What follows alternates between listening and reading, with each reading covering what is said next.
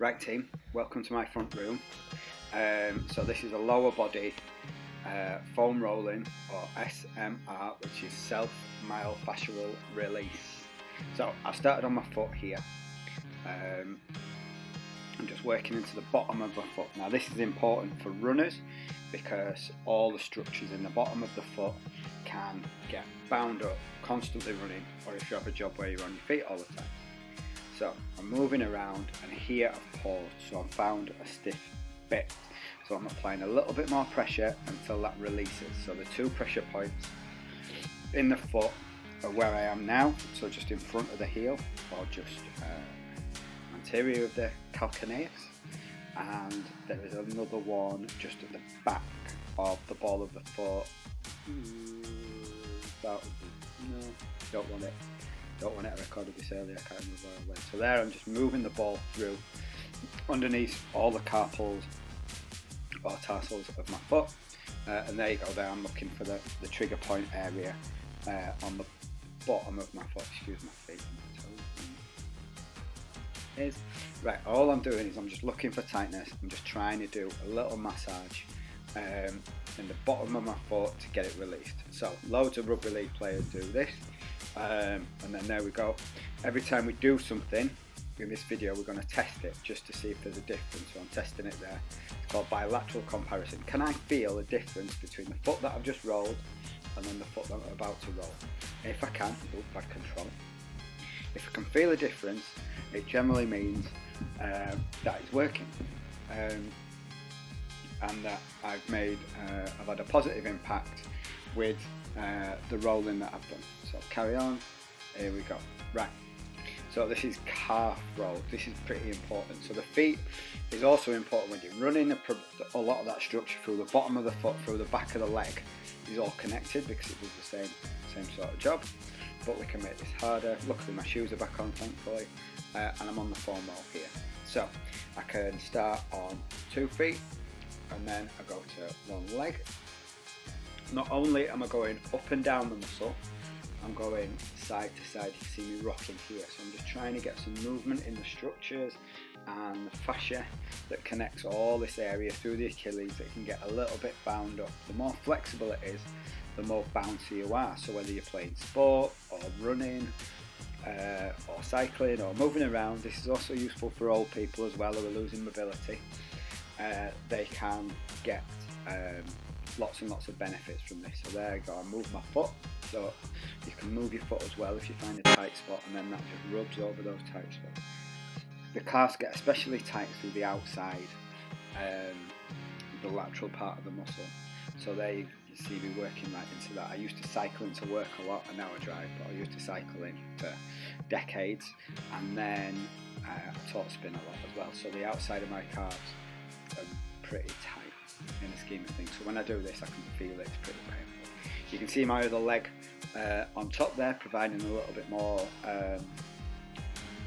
pressure down into the roller, and that can make it harder. You can also make it harder by getting a harder roller. Right. Yeah, and then you can just see me working through the outside, so you can see me turning my foot and then moving across. Can be quite useful in these occasions, rather than just going from the distal attachment to the proximal attachment all the time, just to do little areas or do half the muscle. Yeah, break it up. You're obviously going to do both legs. I think I'm going to do 1 leg on this because you don't need to do 2. Just repeat the same thing on the other side. Yeah, just looking for tightness, just finding out the areas where it feels strong, and the more I can get into those, the healthier the muscle's going to be. I'm just trying to make it relax and trying to get some more blood in there, try and wake up the nerves. Here we go. So this is how we test. We just get up on the feet and just working on how does a good one feel compared to the one that I've bought? How does the one that I've just worked feel in comparison to the one that I haven't worked? Here we go. Now this one's exciting. This one's the shins. So this is painful. This is uncomfortable. You can balance your weight a little bit better between your hands and your toes and where your weight sits, but again, if you're doing a lot of running or playing football or cycling where you're pulling and attached to the pedals. These muscles can get pretty bound up, and if you're doing a lot of running and you feel your shins getting really, really tight, the shin splints, this is something that you can work on. Also here, obviously, you can see I'm getting right to the front of the ankle there. There's a lot of structures and a lot of junctions that pass through that little area, and they can get all stuck together and bound up. But then the main meat of this muscle, what's the muscle called? Anterior tibialis. So yeah, it's the front of the tibia.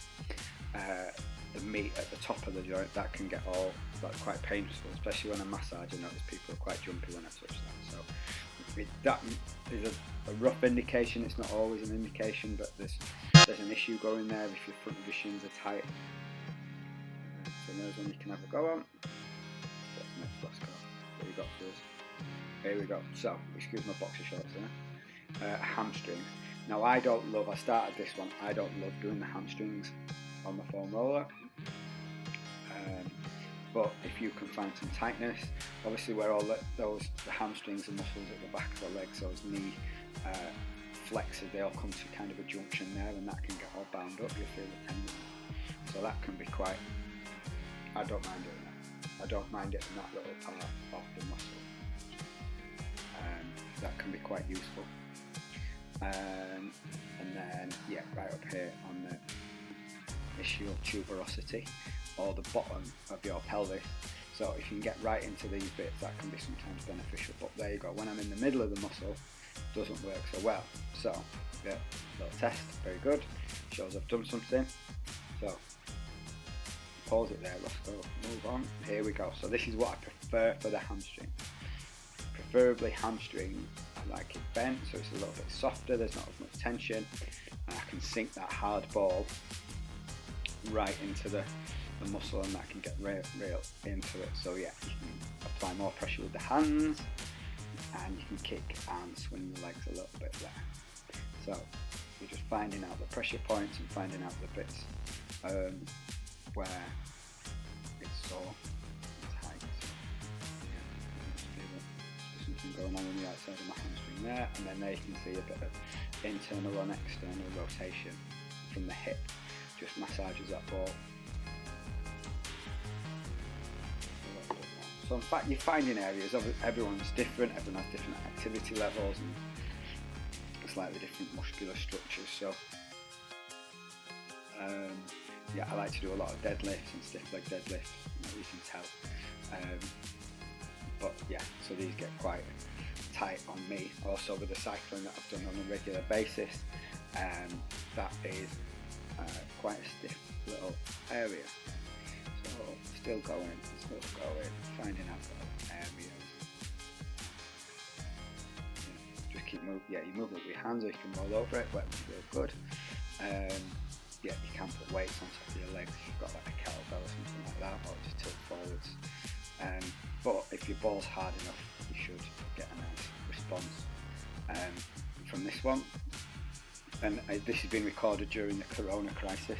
Hopefully it's over now by the watching it, but at this time we all had loads of time. We were all locked down in our houses, so we could look after our bodies a little bit.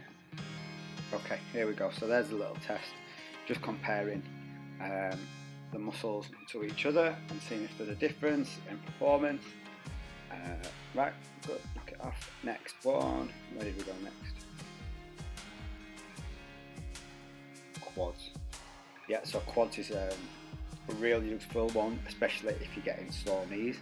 Yeah, this is super useful for cyclists, runners. Again, my knees start creaking a lot. I'm getting towards my 40s now, so yeah, you can just see me doing the top half, or the distal portion of the muscle there, just moving it round. The little kick helps, it just makes the muscle move over the foam roller, so I'm looking for things, do little knees. So yeah, that can be quite tight, especially if you've got problems with that patella tendon, the tendon that runs down to your kneecap. So we've got some kicks, and we're going to do some clapping hopefully soon. So I call it clapping, I don't know what it's called, basically moving your legs in and out over the roller. This process is sort of useful for helping with squats, helping with performance. No, here I go to single leg. No, single leg, obviously just making it harder and just finding out some tight bits. There's my little kick. And then, yeah, sometimes you just need to find angles on the outside of the part.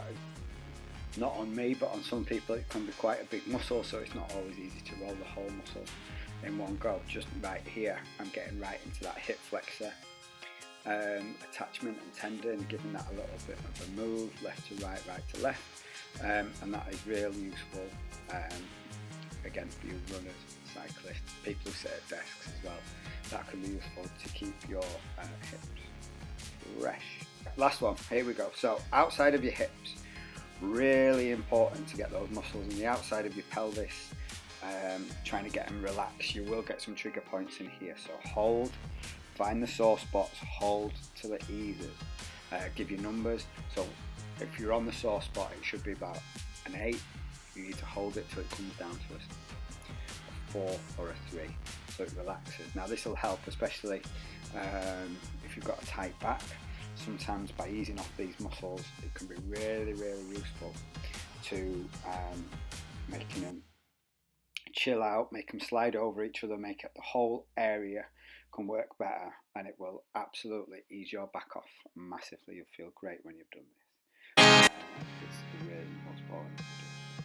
But obviously I think I've found a bit of a sore spot there on this video. Yeah, it's still moving slowly, so yeah, I'm just rocking through, trying to release that off, and that'll help my whole leg, it will help my back.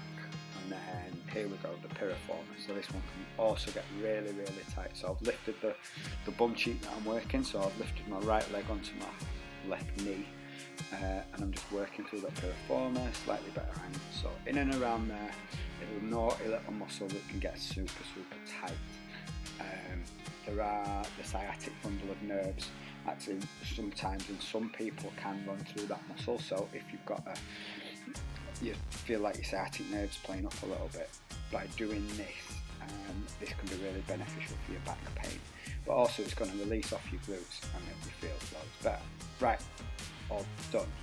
Thank you very much.